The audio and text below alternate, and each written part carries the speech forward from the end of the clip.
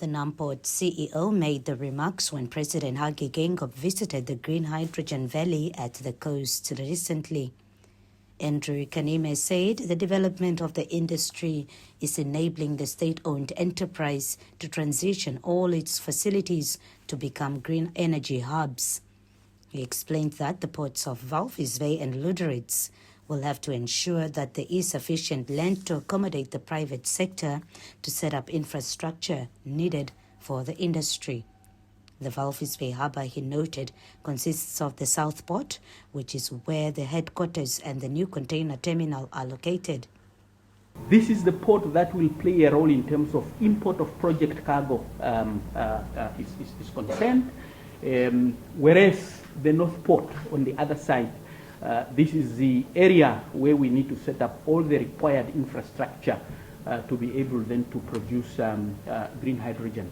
So the southern port, this is fully utilized, but northern port, as I said, this is the latest addition to the port. We have ample land there. We have 1,335 hectares of land, of which 350 hectares have been set aside for green hydrogen, and 100 of that has already actually been allocated to clean energy. Inside the port, we have sufficient capacity there to berth vessels that will be bringing project cargo. We have a capacity of 800,000 TEUs per annum, and at the moment the utilization is about a quarter really. But for non-containerized capacity, again, we've got a capacity of about 20 million tons per annum, and the current utilization is about 7 million tons per annum. So just to demonstrate really that in terms of infrastructure, we are appropriately geared. The North Port, which also includes the fuel jetty that is currently used to import Namibia's fuel, is ready to play a role.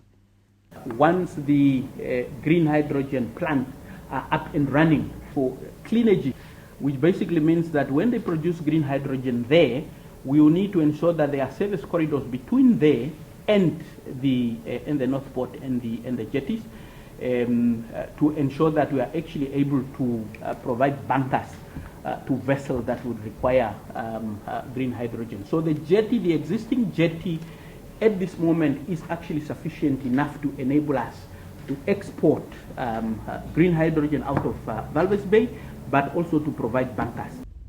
Clean Energy Solutions, a joint venture between local companies Ottawa and List Group and Belgium CMB Tech, is constructing a green hydrogen refueling station near the airport. Renate Rinkura, NBC News, Walvis Bay.